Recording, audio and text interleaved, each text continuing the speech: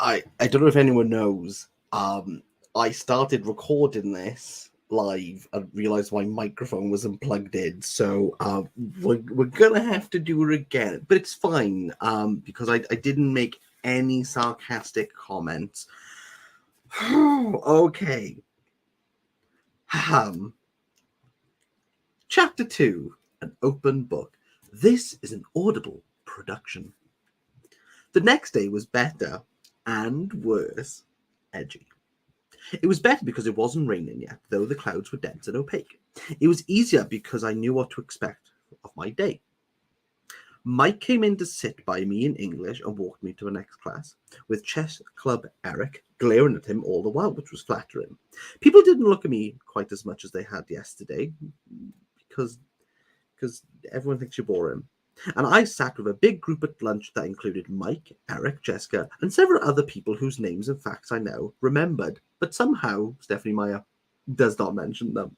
I began to feel like I was treading water instead of drowning in it. Very nice. It was worse because I was tired. I couldn't sleep with the wind echoing around the house. It was worse because Mr. Varner called on me in trigonometry when my hand wasn't raised and I had the wrong answer. It was miserable because I had to play volleyball, and the one time I didn't cringe out of the way of the ball, I hit my teammate in the head with it. And it was worse because Edward Cullen was not at school. Very sad, very distressing. All morning I was dreading lunch, fearing his bizarre glaze. But he wasn't in school, so you got nothing to worry about. Part of me wanted to confront him and demand to know what his problem was. I was lying sleepless in my bed. I even imagined what I would say. I knew myself too well to think I would really have the guts to do it. I made the cowardly lion look like the Terminator. Oh, you go. Yeah, you know what? I never had this problem when I was a teen. But if I was confused about Edward Cullen, I would probably go, "Why are you staring at me?" That's what that's what I would say. When I walked into the cafeteria with Jessica, oh, speak of the devil, Jess is here. When I walked into the cafeteria with Jessica, trying to keep my eyes from sweeping the place for him and failing entirely. How do you sweep the place on and fail to miss them? Like, I'm just in the corner, interested. I'd just like to know. I saw that his 4 siblings were sort of sitting together at the same table, and he was not with them. I like the sort of. Mike intercepted us and steered us to his table. Jessica seemed elated by the attention, and her friends quickly joined us. But as I tried to listen to their easy chat, I was terribly uncomfortable, waiting nervously for the moment he would arrive. I hoped that he would simply ignore me when he came and proved my suspicions false. Bella's like, she's playing chess with Chess Club Eric. She ain't playing checkers. She's like 4 moves ahead of sexy Edward Cullen. He didn't come. Stop it. This is a PG show. He didn't. He didn't come. And as time passed, I grew more and more tense. Stop it. You're better than this. I walked to biology with more confidence. When, by the end of lunch, he still hadn't showed. Mike, who was taken on the qualities of a golden retriever, I'm still having from before, walked faithfully by my side to class. I held my breath at the door, but Edward Cullen wasn't there either. I exhaled when I went to my seat. She held it that far. Nice. I'm not sure why she's walking like that. She's grumpy. She probably exhaled through her nose as well. I held my breath at the door, blah, blah, blah, blah, blah. Mike followed, talking about an upcoming trip to the beach. He lingered by my desk till bell rang. Then he smiled wistfully and went to sit by a girl with braces and a bad perm. Oh, get the claws away. It looked like I was going to have to do something about Mike, and it wouldn't be easy. In a town like this, where everyone lived on top of everyone else, diplomacy was necessary. Ooh, Stephanie May has written a dystopian, like, political narrative. Ooh. I had never been enormously tactful. I had no practice with dealing with overly friendly boys. And you're obsessed with sexy Edward Cullen, who ain't overly friendly. I was relieved that I had the desk to myself, that Edward was absent. I told myself that repeatedly. Why is she obsessed with Edward Cullen? What, just because, like, he didn't speak to her and he just, like, stared at her while she was, like, eating an apple? Is that it? Is this like the baseline plot that we're just like, yeah, we're fine with this? This is interesting. But I couldn't get rid of the nagging suspicion that I was the reason he wasn't there. Oh, solipsistic. It was ridiculous and egotistical to think that I would affect, oh, I mean, she's kind of proved me right there, that I would affect anyone that strongly. It was impossible. And yet I couldn't stop worrying that it was true. When the school day was finally done, and the blush was fading out of my cheeks from the volleyball accident, I changed quickly back into my jeans and navy blue sweater. I hurried from the girls' locker room, pleased to find that I had successfully evaded my retriever friend for the moment. What, because you were dressed up as Levi Strauss? Get over it, you wouldn't. Stop it.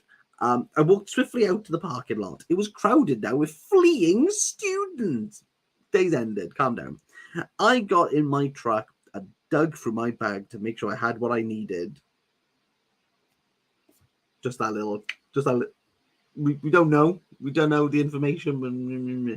Last night I discovered that Charlie couldn't cook much besides fried eggs and bacon. So I requested that I be assigned kitchen detail for the duration of my stay. He was willing enough to hand over the keys to the banquet hall. I also found out that he had no food in the house. That's probably why he's cooking fried egg and bacon then. So I had a shopping list, and the cash from the jar in the cupboard labeled food money. And I was on my way to the Thriftway. You know what a Thriftway is? Is that a store? I gunned my deafening engine to life, ignoring the heads that turned in my direction, and packed carefully into a place in the line of cars that were awaited to exit the parking lot. Fast and Furious Shopping Edition sounds great. As I waited, trying to pretend that the ear-splitting rumble was coming from someone else's car, I saw the two Cullens. She saw the Cullens, oh my lord. And the Hale twins getting into their car. It was a shiny new Volvo. Of course, I hadn't noticed the clothes before. I'd been too mesmerized by their faces. Now that I looked, it was obvious they were all dressed exceptionally well, simply but in clothes that subtly hinted at designer origins. What does that even mean? What does that even mean? Designer origins. With the remarkable good looks, the style in which they carried themselves, they could have worn dish rags and ball drops, as long as those dish rags had design origins. Am I right, ladies? It seemed excessive for them to have both looks and money, because rich people clearly aren't attractive. But as far as I could tell, life worked that way most of the time. It didn't look as if it brought them any acceptance here. Oh, boo-hoo. Aren't they like, how old are these people? Like 14? When can you drive a truck in Washington? Do we agree a time? 16. She's 16. No, I didn't fully believe that. The isolation must be their desire. I couldn't imagine any door that wouldn't be opened by that degree of beauty. Oh, is this literally going to be like, oh, Edward Cullen's there? Wow, he's so attractive. Is this what teen books are? Because I've got the gist here. I've got the gist here. They looked at my nosy truck as I passed them, just like everyone else. Noisy truck, sorry, not nosy. I kept my eyes straight forward and was I don't care.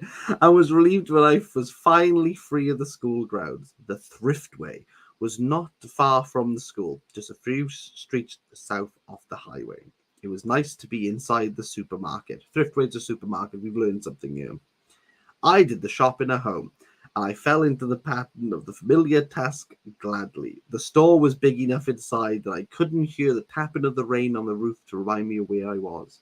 When I got home, I unloaded the groceries, stuffing them in wherever I could find an open space. I hope Charlie wouldn't mind. I wrapped potatoes in foil and stuck them in the oven to bake, covered the steak in marinade, and balanced it on top of the carton of eggs in the fridge.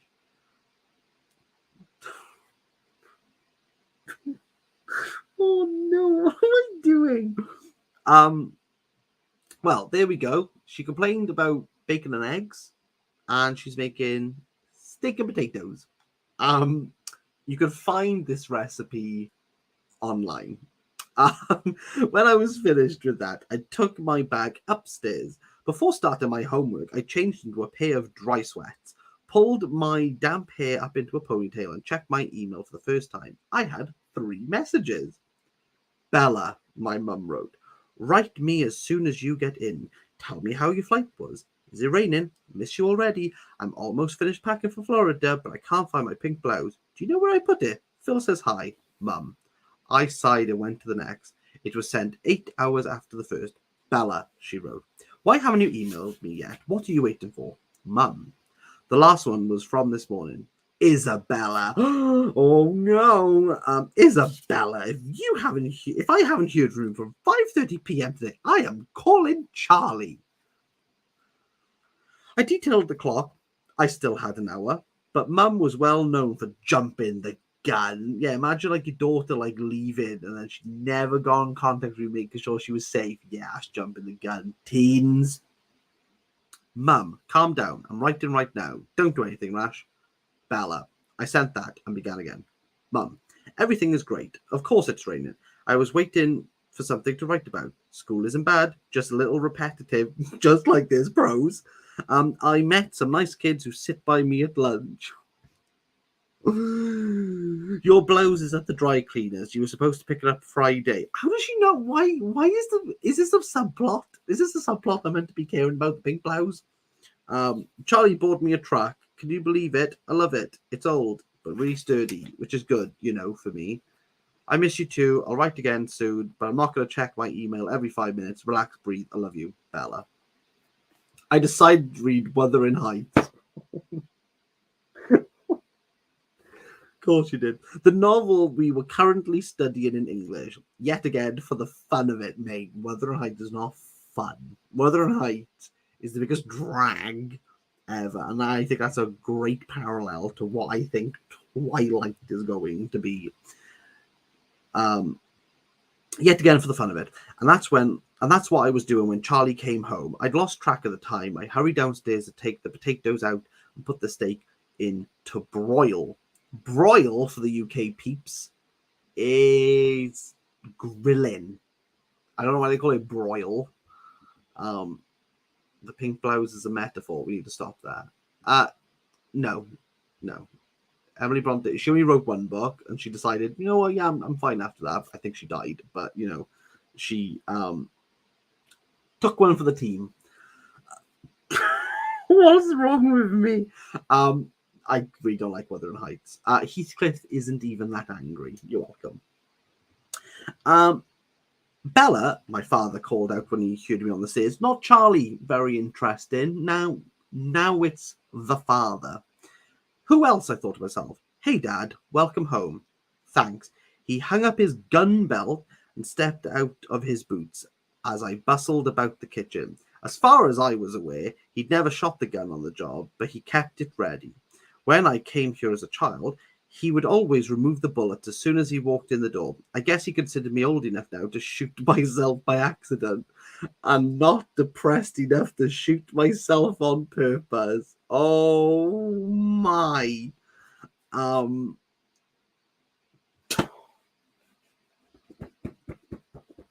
This is so angsty. What's for dinner? He asked wearily. What's for dinner? I'm not sure why he has a bit of like a ooh in it. My mother was an imaginative cook, and her experiments weren't always edible. I was surprised and sad. You're always sad that he seemed to remember that far back. Steak and potatoes, I answered, and he looked relieved. He seemed to feel awkward standing in the kitchen doing nothing. He lumbered into the living room to watch TV while I worked. We were both more comfortable that way. I made a salad while the steaks cooked and set the table. I called him when the dinner was ready, and he sniffed appreciatively as he walked into the room. Smells good, Belle.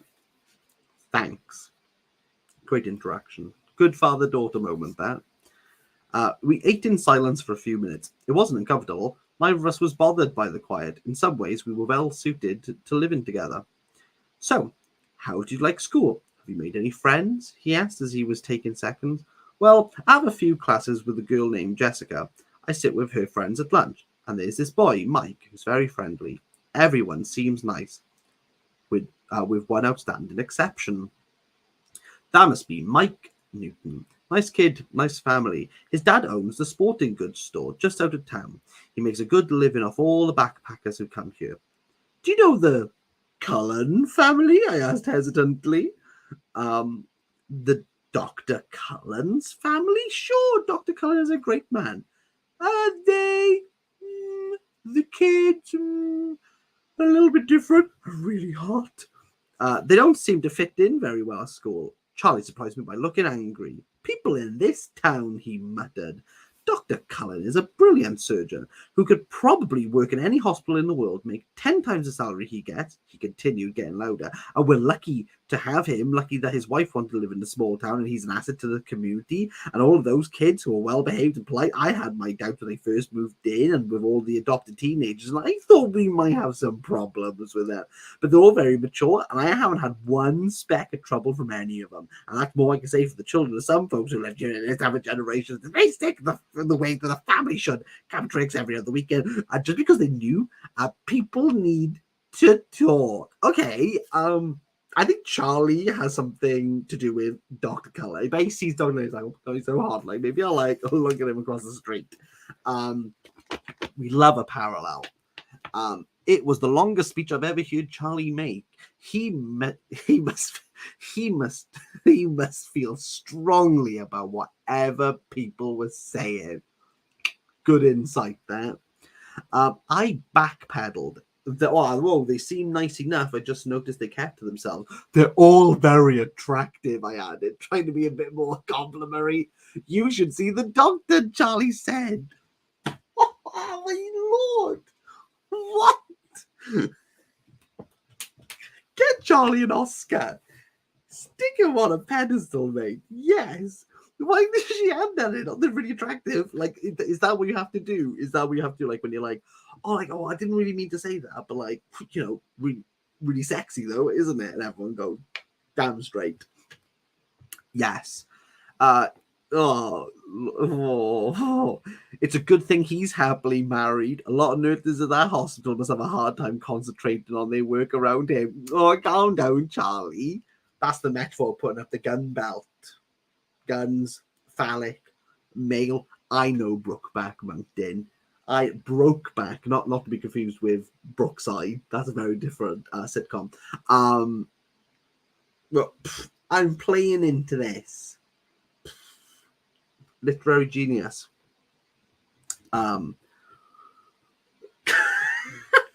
We lapsed back into silence as we finished eating. He cleaned the table while I was starting all the dishes. He went back to the TV, and after I finished washing the dishes by hand, no dishwasher.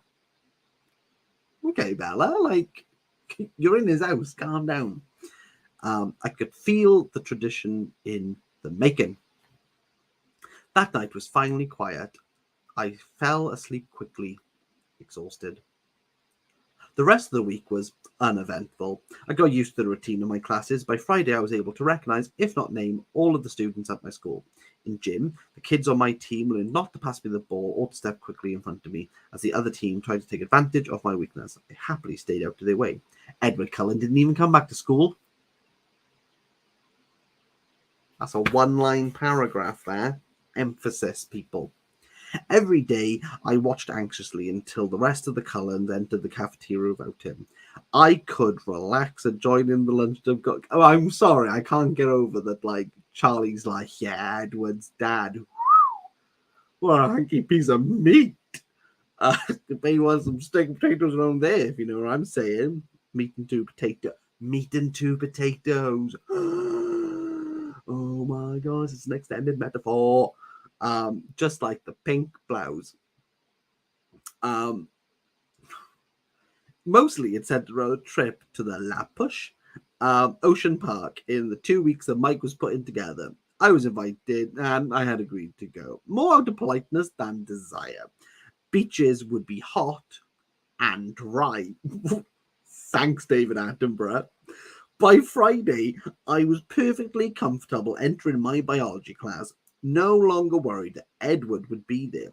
For all I knew, he had dropped out of school. I tried not to think about him, but I couldn't totally suppress the worry that I was responsible for the continued absence, ridiculous as it seems. My first weekend in Forks passed without incident. Charlie, unused to spending time in the usually empty house, worked out most of the weekend. I cleaned the house, got ahead of my homework, and wrote my mum more bogusly cheerful. I wrote my mum more bogusly cheerful email. I need to do that sentence one more time. I cleaned the house, got ahead of my homework, and wrote my mum more bogusly cheerful email. Am I the only one who's like really struggling with that? A bogusly cheerful. With spending way too much time on something I really don't care about. I did drive to the library Saturday, okay, but it was so poorly stocked that I didn't bother to get a card. I would have to make a date to visit Olympia or Seattle soon to find a good bookstore. I wondered idly what kind of gas mileage the truck got, and shuddered at the thought. Imagine if it was in 2022. Imagine the mileage and the price of gas. The rain stayed soft. The rain stayed soft over the weekend. Unlike Charlie around the father, am I right? Stop it. This is Charles Brandley. So I was able to sleep well. People greeted me in the parking lot Monday morning. I didn't know all their names, but I waved back and smiled at everyone. It was colder this morning, but happily not raining. In English, Mike took his accustomed seat by my side. We had a pop quiz on Wuthering Heights. It was straightforward, very easy. Calm it. No one likes cocky pants. All in all, I was feeling more comfortable than I had thought I would feel at this point. More comfortable than I ever expected to feel here. When we walked out of the class, the air was full of swirling bits of white. Snow? Is that what we're calling swirling bits of white? Snow? Wow, Mike said. It's snowing. Meteorologist in the making here, peeps. I looked at the little cotton fluffs. Snow. We don't need to make this like way more like bourgeois than it has to be. Cotton fluffs that were building up along the sidewalk and swirling erratically past my face. Ew, snow. Well, there went my good day. Okay, Bella, calm down. You're just looking at the little cotton fluffs. That's like, that's a very like petite, a very like small, like delicate metaphor that we've used here. Like, you couldn't like, oh, there was like a small dog that like, jumped up, sat on my lap. Oh, I hated it. Couldn't do that. He looked surprised. Don't you like snow? No, that means it's too cold for rain. Obviously, Bella, like, I don't know what she's on, but she needs to stop it. Besides, I thought it came down in flakes, like one unique and all that. And these look like the ends of Q-tips. Oh, sorry, Bella, the geometric shape of snow isn't bloody good enough for you. What, you think Edward Cullen's... This is beyond. This is...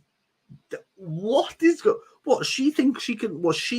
Hold up. She thinks she can look at snow coming down and individually map, like the Terminator, the precise shape and uniqueness from it during a flurry.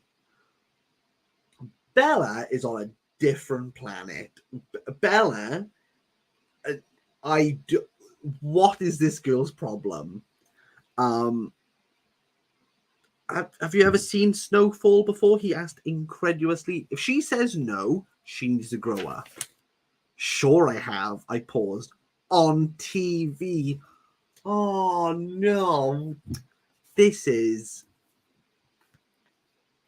Mike laughed. And then, what? So on TV, what? You're telling me I've seen American TV. They're on some different signal. Everything looks like it's from the 80s.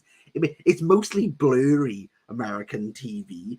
And she's telling me that on blurry TV, she can identify the uniqueness of snow. But IRL, she's like, oh, this is a disappointment. Oh, stop it.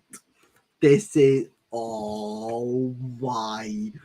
Mike laughed, and then a big squishy ball of dripping snow smacked into the back of his head. Interesting description. We both turned to see where it came from. Behind him. I had my suspicions about Eric, who was walking away, his back turned toward us, but in the wrong direction for his next class. Oh, whoa, she's mapped it out. Mike apparently had the same notion. He bent over and began scraping a pile of white mush.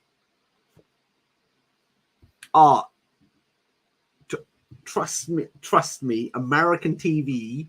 When was this set? I remember going over to like my cousins in Oregon and me being like, why is it blurry?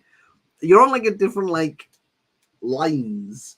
Like just trust me on it. Just trust me on it. I will, Jez, in the Discord, I'll send you a video. Like it's a fact.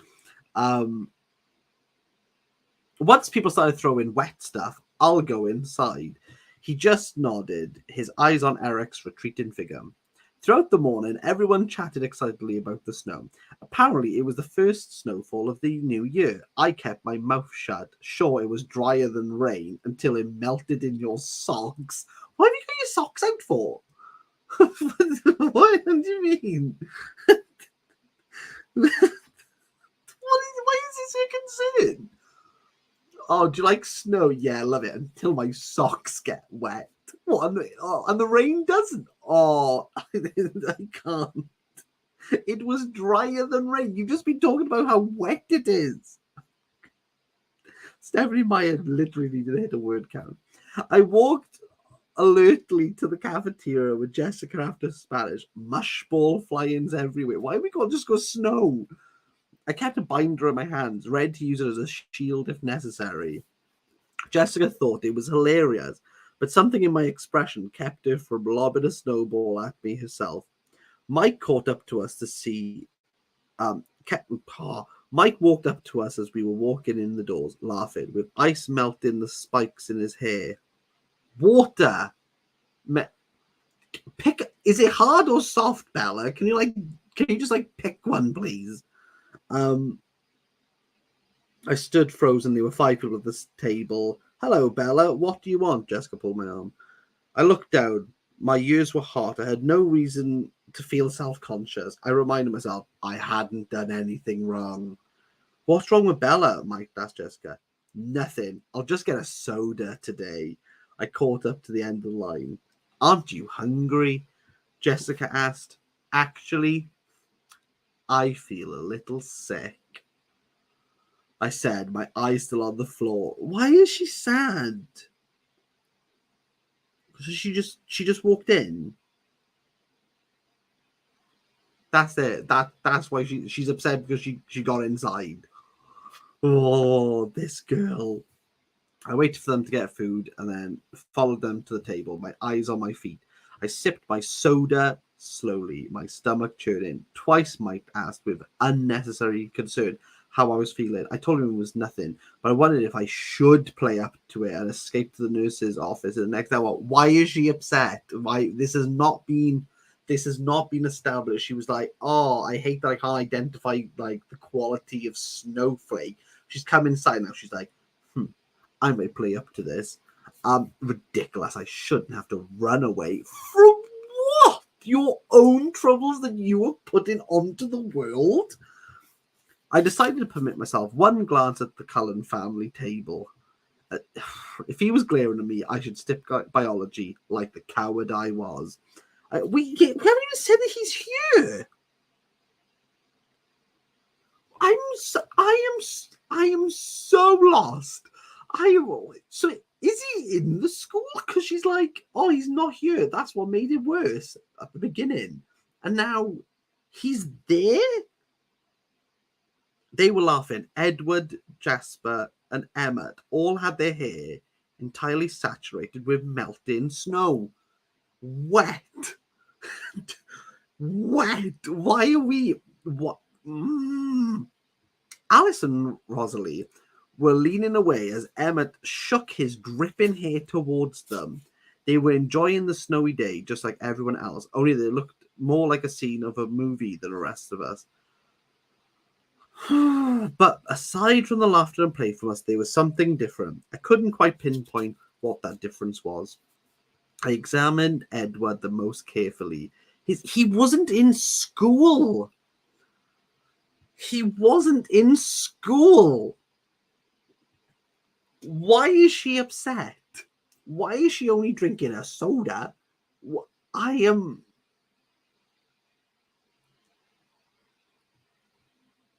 They fall in love at the end of this. Something better happened. Bella, what are you staring at? Jessica intruded, her eyes following my stare. At the precise moment, his eyes flashed over to meet mine. Because you're staring at the lad. I dropped my head, letting my hair... No. He wasn't there. He wasn't there. He wasn't... There has not been a moment where he has been in this day. Right. No. Maya has not established that he was there.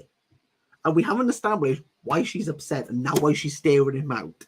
This is beyond a joke. This is beyond a joke. We're just like, oh, this happens. I don't like it. So she's staring him out. I dropped my head, let my hair fall to conceal my face like the Ring character. I was sure, though, in the instant our eyes met, that he didn't look harsh or unfriendly as he had the last time I seen it. He looked merely curious again, unsatisfied in some way. Edward Cullen is staring at you, Jessica giggled in my ear. He doesn't look angry, does he? I couldn't help asking. No. Sounding confused by my question. Should he be?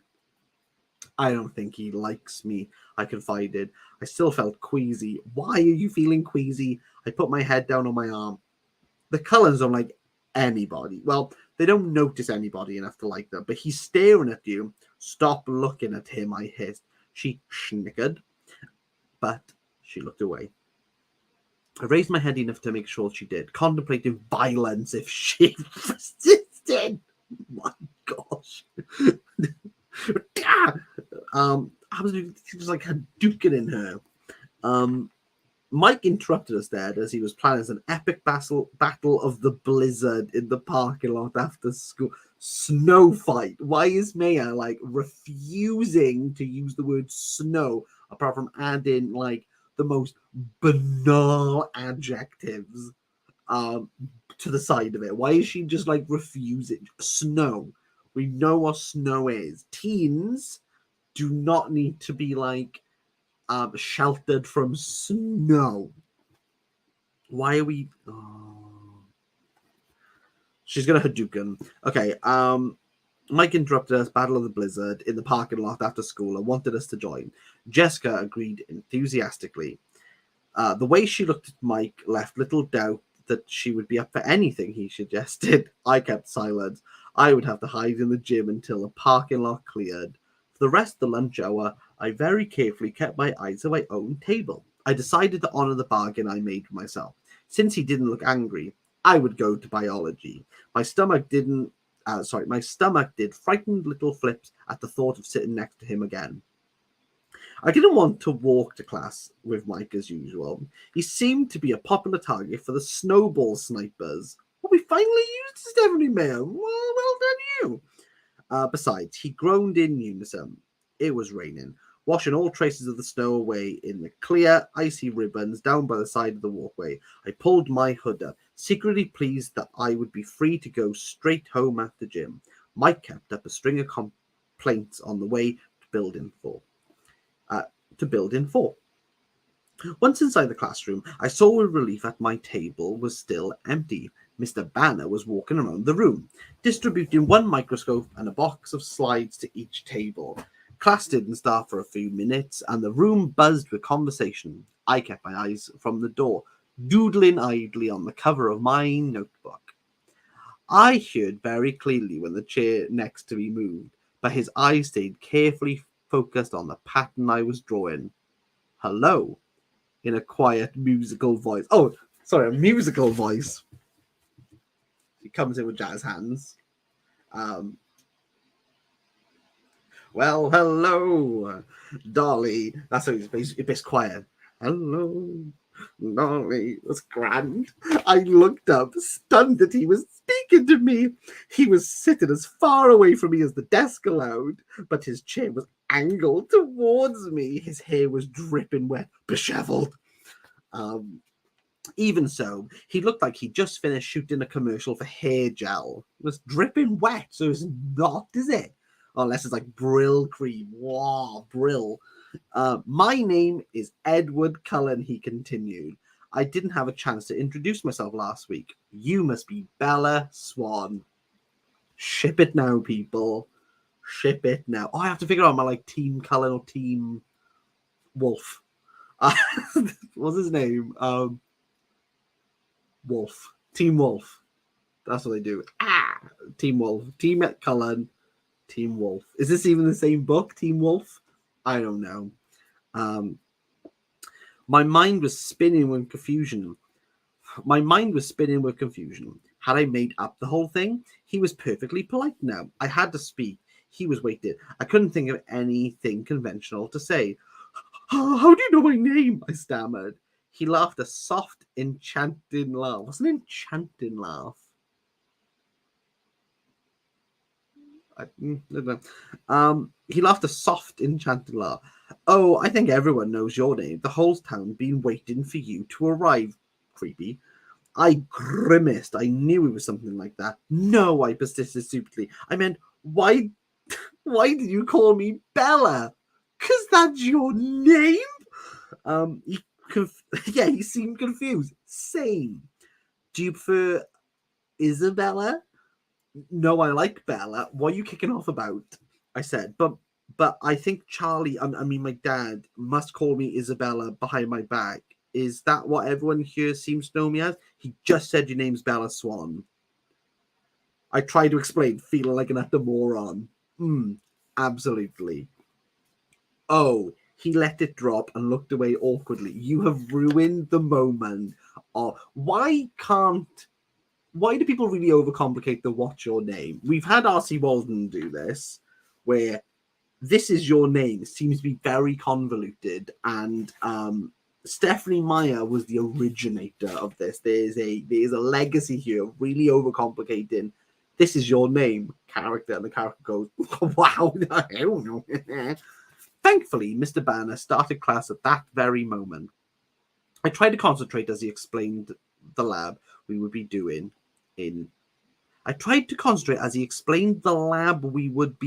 today. Is this what Americans call the experiment of the lab? The slides in the box were out of order. Working as lab partners, we had to separate the slides of onion root tip. We had to separate the slides of onion root tip cells to the phases of mitosis they represented and label them accordingly. We weren't supposed to use our books. In 20 minutes, he would be coming round to see who got it right. Oh, Stephanie Meyer, Okay, this is the moment we've gone for. Okay, get started, he commanded. Ladies first, partner. Edward asks. He's a cowboy now with his wet hair that looks like gel. I looked up to see him smiling a crooked smile so beautiful that I could only stare at him like an idiot. Or I could start if you wish. The smile faded. He was obviously wondering if I was mentally competent. No, I said, flushing. I'll go ahead. I was showing off just a little. I'd already done this lab. Is this what Americans call experiments? This is wild.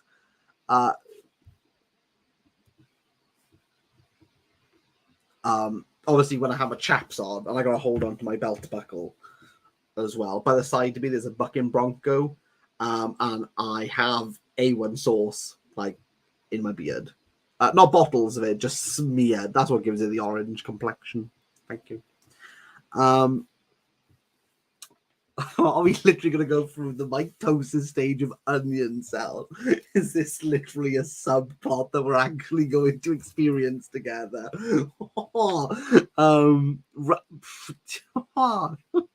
And people read Dostoevsky. I mean, I was showing off. I've already done this lab, and I knew what I was looking for. Should be easy. I snapped the first slide into place under the microscope and adjusted it quickly to the 40 times objective. I studied the slide briefly. My assessment was confident. Prophase. Do you mind if I look? He asked as I began to move the slide. His hand caught mine to stop me, and he asked, "Oh." His fingers were ice cold because it's snowing. Sorry, it's mush wet flurry outside. Because we can't say snow. Shh, banned word. His fingers were ice cold. He had been holding them in the snowdrift before class. But that wasn't why I jerked my hand away so quickly. When he touched me, it stung my hand as if an electric current had passed through it. I'm sorry, he muttered, pulling his hand back immediately. However, he continued to reach for the microscope with the same hand. Did he like touch and go and then like take the microscope, or did he do like a? That's what I want to know. See, people aren't thinking about that. I watched him, still staggered, as he examined the slide for an even shorter time than I had. Prophase, he agreed, writing it neatly in the first space on our worksheet. He swiftly switched out the first slide for the second, and then he glanced at it curiously. Anaphase, he murmured, writing it down as he spoke. I kept my voice indifferent. May I? He smirked and pushed the microscope to me. I looked through the eyepiece eagerly, only to be disappointed. Dang it, he was right. Slide 3. I held out my hand without looking at him. He handed it to me. It seemed as if he was being careful not to touch my skin again. I took the most fleeting look I could manage. Into how fleeting was, like, imagine if this is the telescope. Just do this. I got it. Don't worry. I like how in my example she's both looking really quickly but like plunging the microscope in her eye. She's like, interface. I passed him the microscope before he could ask for it. He took a swift peek and then wrote it down. I would have written it while he looked, but his clear, elegant script intimidated me. See, people are worried in London gangs about knives, but really, cursive. That is really that is really the dangerous thing on the streets today. If you see like a graffiti tag done in cursive, run. Actually, there's no point running. You're dead already. He took a swift peek. I didn't want to spoil the page by my clumsy scrawl. We were finished before anyone else was close.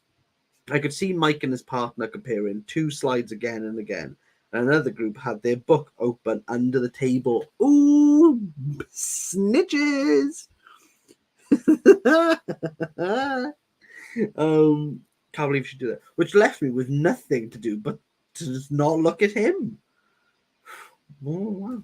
Did you get contacts? I blurted out unthinkingly. Jesus, what is this conversation? Is this how I used to like try and get like attention from girls when I was a teen? Why, do you have like contacts? Because like you look like you need glasses. He seemed puzzled by my unexpected question. No, yeah, that's right. Oh, I mumbled. I thought there was something different about your eyes. Oh no! Rule 101: don't compliment someone's eyes by saying you got contacts. In fact, I was sure there was something different. I vividly remembered the flat black color of his eyes the last time they glared at me. The color was striking against the background of his pale skin and his auburn hair. Auburn hair, pale skin. Oh, I'm Edward Cullen. Oh, we are Edward Cullen. Look at that. Ah.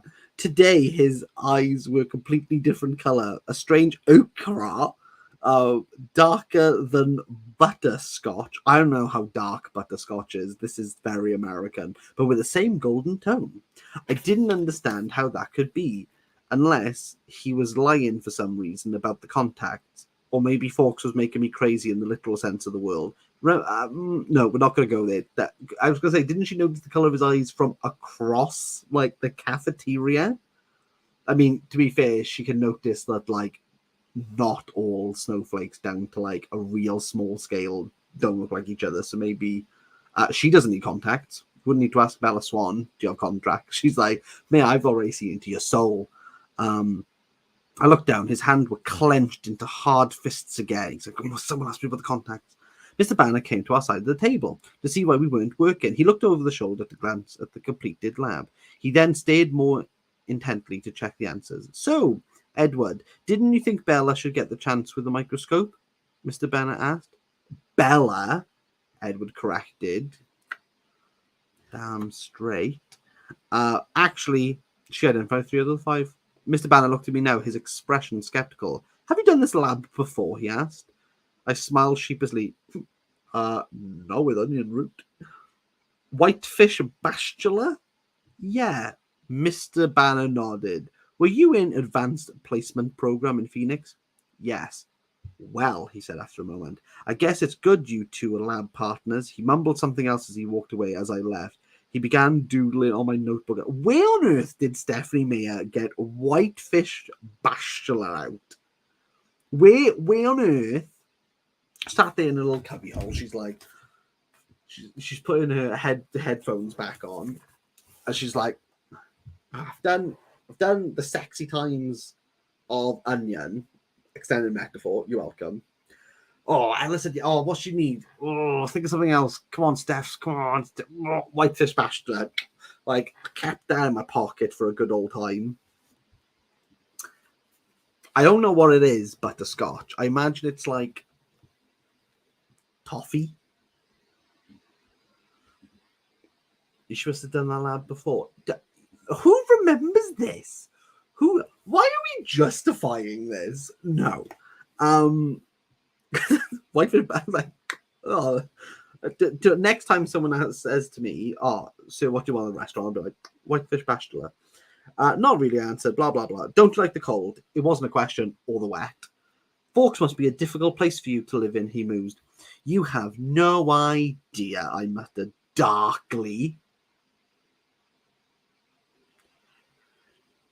You have no idea. You muttered it. You have no idea. Oh, God. She's a cannibal corpse. He looked fascinated by what I said. For some reason, I couldn't imagine. His face was such a distraction because he's so sexy that I tried not to look at it any more than courtesy absolutely demanded. Why did you come here then? No one had asked me that. Not straight out like he did, demanding.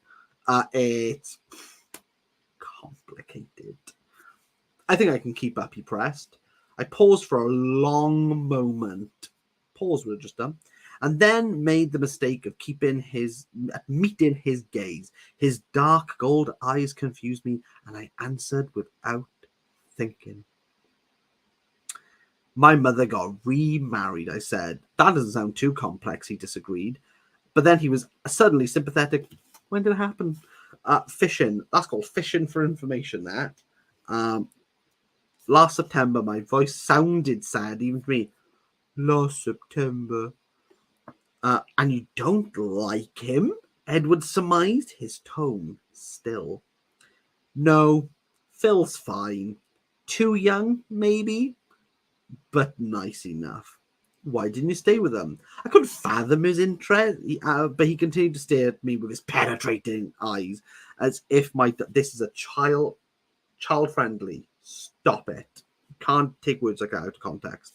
But if my dull life story was somehow vitally important, Phil travels a lot. He plays ball for a living.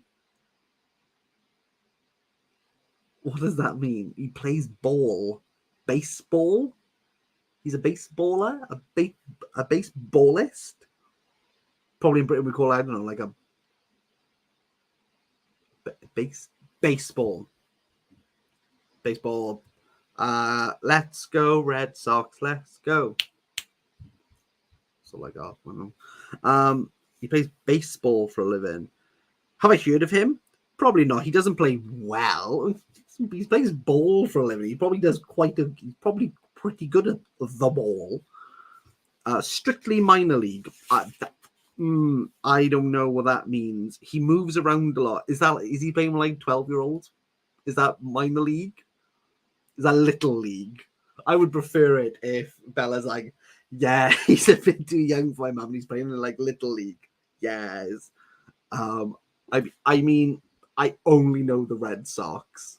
I think New England Patriots are American football, but they might dabble. I don't know. I don't know any teams. Look, baseball is literally like, it's just like it's the American sports for America. Like, you have a World Cup where only your country can play. Come on. Sox minor league is called the Woo Sox. This is too much. Phil travels, blah blah blah blah. And your mother sent you here so she could travel with him. He said in an assumption again, not a question. My chin raised a fraction. No, she did not send me here. I sent myself. His eyebrows knit together. I don't understand, he admitted, and he seemed unnecessarily frustrated by how long are these chapters? I sighed. Why was I explaining this to him? Why are you explaining this to us, dear reader? He continued to stare at me with obvious... Is this all he does is just stare people out? But now you're unhappy, he pointed out, and I challenged, that doesn't seem fair.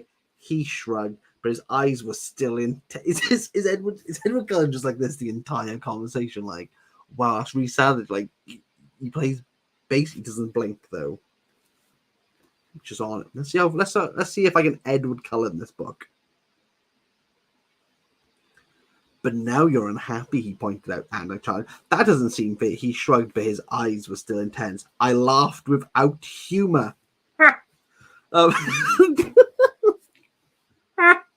Singular laugh. Hasn't anyone ever told you life isn't fair? Is this where she gets the cigarette out and goes, it's a metaphor? She doesn't actually put it on fire. He just light it. You can tell I don't smoke. What are we going to do? I'm just going to put my cigarette on fire. Like, you're welcome, cool kids. Hasn't anyone told you life is a fair? I believe I have heard that somewhere before. He agreed dryly. Oh, Edward Cullen's coming out with a big gun. So that's all. I insisted, wondering why he was still staring at me that way. His gaze became apprising. He put on a good show, he said slowly. You put on a good show, he said slowly. But I'd be willing to bet that you're suffering more now you let anyone see. I don't know why he's the... am I wrong? I tried to ignore him. I didn't think so, he said smugly. Why does it bother you? I asked, irritated. What happened to the good old times with the onion cells? You know, we've really moved. Like, we've moved a bit. That's a very good question, he muttered, so quietly that I wondered if he was talking to himself. How quiet? That's a very good question. Hang on. He muttered so quietly that I wondered if he was talking to himself as he's staring at her. However, after a few seconds of silence, I decided that was the only answer I was going to get. I sighed, scowling at the blackboard. Am I annoying you? He asked. He sounded amused. I glanced at him without thinking and told the truth again. Not exactly.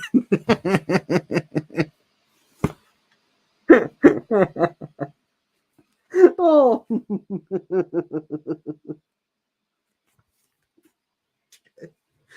Yes, the truth prevails.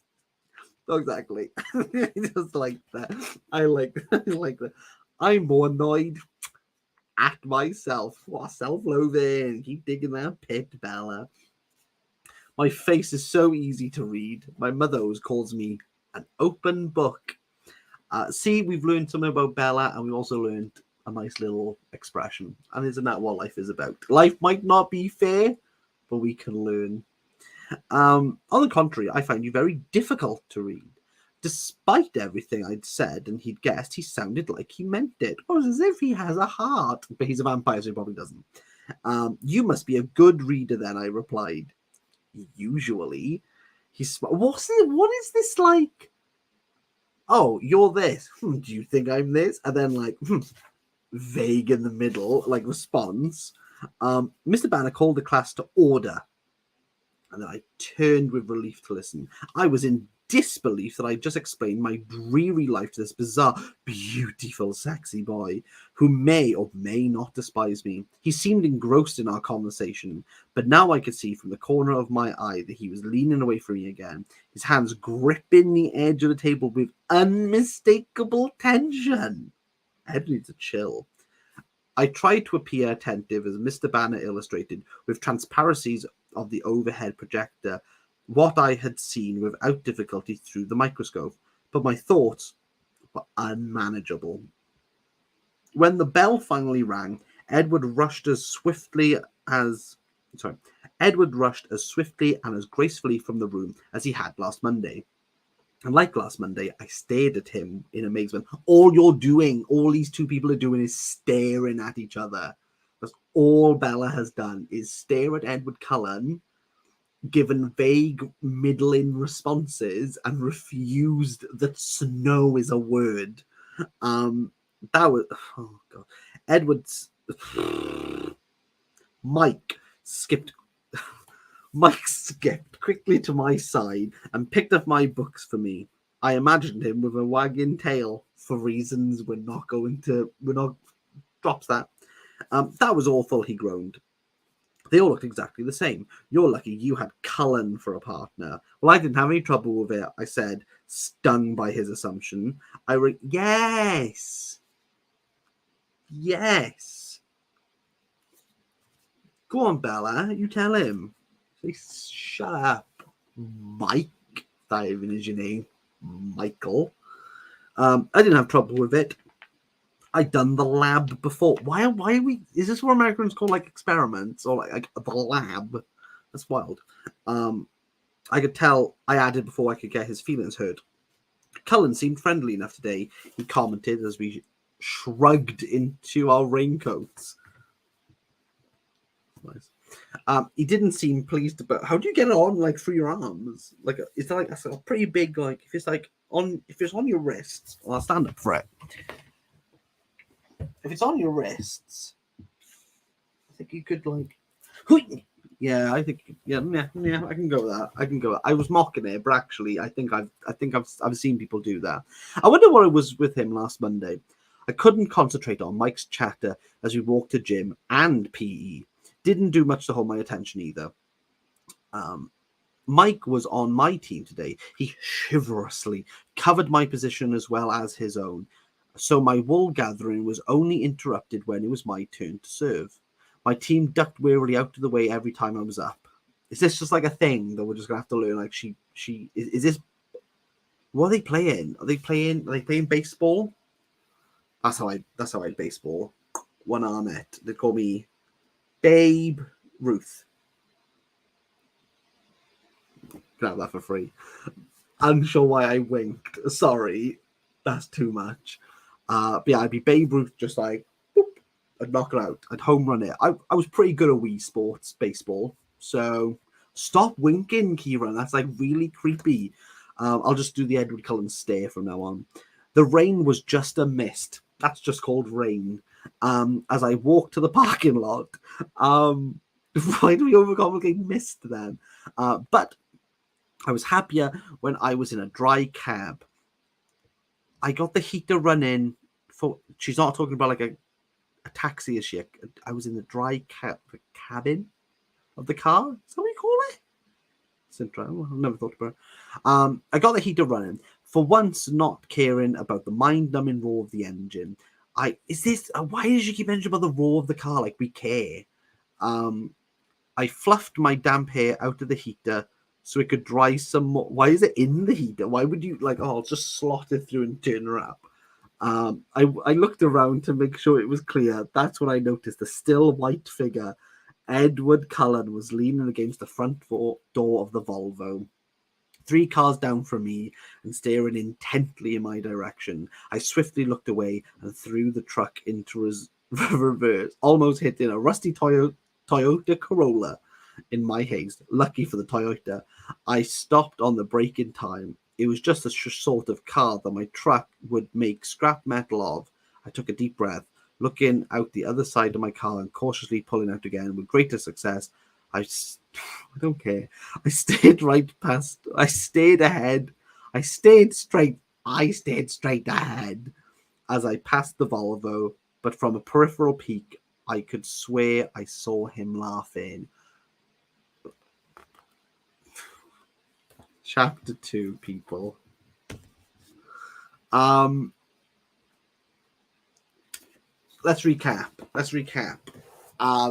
So Edward Cullen wasn't in school, then he was, and he laughed.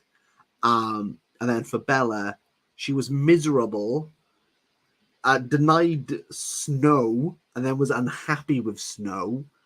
And then he laughed. Is that it? That's basically what happened that chapter. Edward Cullen chuckled and they got talking.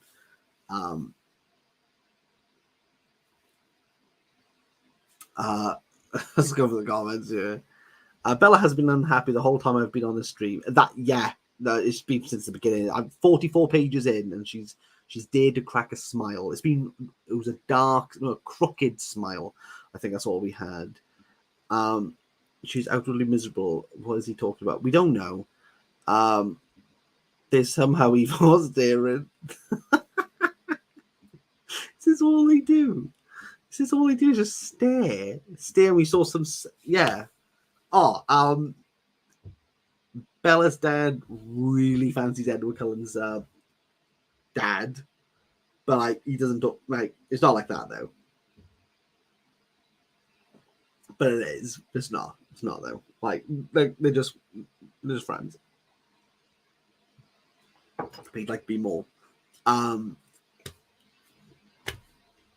you know what? I might read chapter 3. I might. Give me 5 minutes. I might do chapter 3. I'm in the zone now. This is horrendous. Why is it so long? There's 3 books. There's 4. What it was 900 pages. I can't. Right. Give me 5 minutes, peeps. I'll be back for part 3. There's 24 of these. I don't know what I've got myself into. Team Wolf. I'm gonna say right now I'm Team Wolf. Team Cullen, he stares too much. Team Wolf. That's me. Team Wolf. And if it's not in Twilight, and it's in the second one, don't care. I'm still Team Wolf. Till I die.